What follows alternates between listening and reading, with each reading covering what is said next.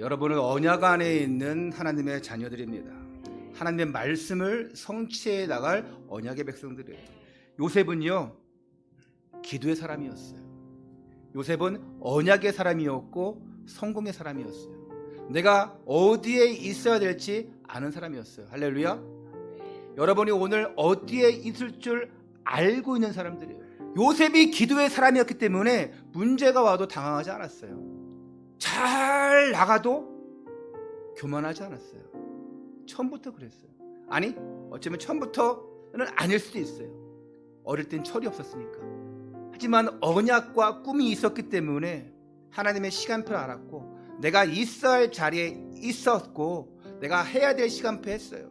진짜 요셉이요, 있어야 할 자리에 있었어요. 해야 될 것 했어요. 왜 그렇습니까? 하나님의 시간표 알았기 때문에. 실수할 수 있어요. 오늘 요셉이 어쩌면 처음부터 실수하는 장면이 나와요. 그 위에는 실수하는 장면이 안 나오는데, 아직 성령의 인도받는 게 뭔지를 몰라요. 언약은 알아요. 복음은 알아요. 그걸 전수받았어요. 언약의 대물림 받았어요. 그런데 아직은 연약해요. 내가 있어야 할 자리, 정말 내가 해야 될 것. 우리는 때로 실수할 수 있어요.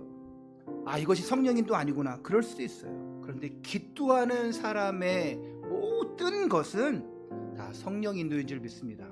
아파도 이 자리에 있는 것도 성령 인도예요.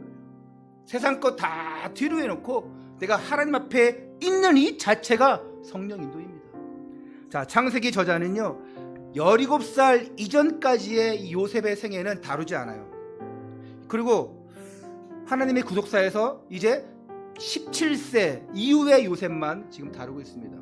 그러니까 어떻게 살았는지 모르지만 봤을 때에 요셉은 아버지 야곱으로부터 언약을 계속 이어받아 왔습니다. 이 요셉의 인생을 잠깐 우리가 간추려 보면, 요셉이 오늘 17세에 등장하는데 애굽의 노예로 팔려가요. 17세의 나이로.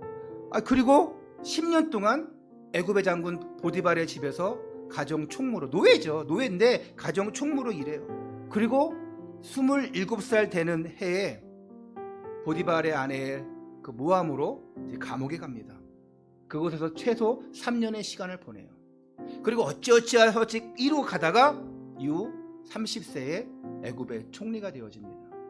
이 사람이 자신의 민족 복음화, 애굽 복음화를 위해서 평생을 지냈습니다. 요셉이 꿈을 꿨는데 그 꿈 때문에 일어나는 볼게요. 요셉이 꿈을 꾸고 형들한테 미움받는데 왜 미움받습니까? 왜 미움받아서 노예로 팔려갑니까? 여기에는요, 다 하나님의 계획과 섭리예요. 요셉이 이집트로 팔려가는 운명에 처한 그 근본적인 이유는 형들이 미워했다, 그 이전의 것이 있어요. 그게 하나님의 계획과 섭리예요. 왜 꼭 노예로 팔려야 됩니까?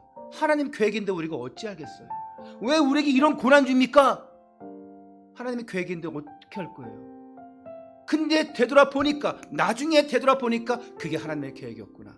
지금은 몰라요. 나에게 고난 온 거 현실의 문제, 이것 때문에 막 힘들어하고. 근데 두 가지 차이점이 있습니다. 기도하지 않는 사람은, 말씀 붙잡고 기도하지 않는 사람은 그 현실의 문제 속에서 도태당하고 그냥 망하는 거예요. 하나님 계획 못 붙잡고 그냥 깔아지는 거예요. 하지만 말씀 붙잡고 기도하는 사람은 그 고난 속에서 이게 하나님의 계획이구나, 그래, 하나님이 이루어 가실 거야, 붙잡고 나가니까 결국 나중에는 다 돌아보니까 역시나 하나님이 함께 하셨구나. 아니, 바로 애굽의 그 장군 보디발이 그러지 않습니까? 야, 너가 하나님과 형통한 자가 되었구나. 불신자도 그렇게 증거하는 거예요. 요셉이 예수 그리스도의 그림자예요. 요셉을 통해서 어떻게 이스라엘로 만들어가는가, 어떻게 언약을 이뤄가는가 보여주신 것처럼 예수 그리스도는 33년의 공생의 기간을 통해서 하나님 나라를 이뤄갔습니다. 하나님의 언약을 성취했어요.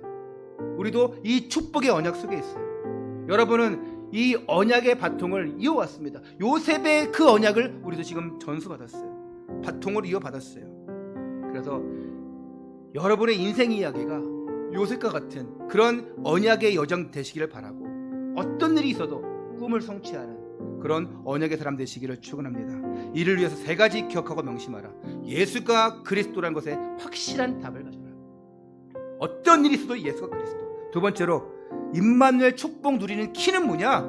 그리스도 진짜 깊이 믿고 기도하는 사람, 그 사람에게 임마누엘 축복이 임합니다. 세 번째로 언약 속에 있는 사람이 꿈을 꾸고 기도할 때 모든 문제가 축복으로 바뀝니다. 이것 세 가지 명심하세요. 예수가 그리스도다. 임마누엘 축복 누리는 키는 예수 그리스도를 깊이 믿고 기도하는 것이다. 그리고 언약 속에 있는 내가 꿈을 꾸고 기도할 때 모든 문제가 축복으로 바뀐다. 반드시 여러분이 기도하시고, 그래서 요셉처럼 승리하기 바랍니다. 이런 하나님의 계획과 이런 축복을 여러분 받았기 때문에 이 축복을 가지고 정말 하나님의 귀한 응답 속에, 또한 세계복음화의 응답 속에 들어가시기를 주 예수 그리스도 이름으로 축원합니다.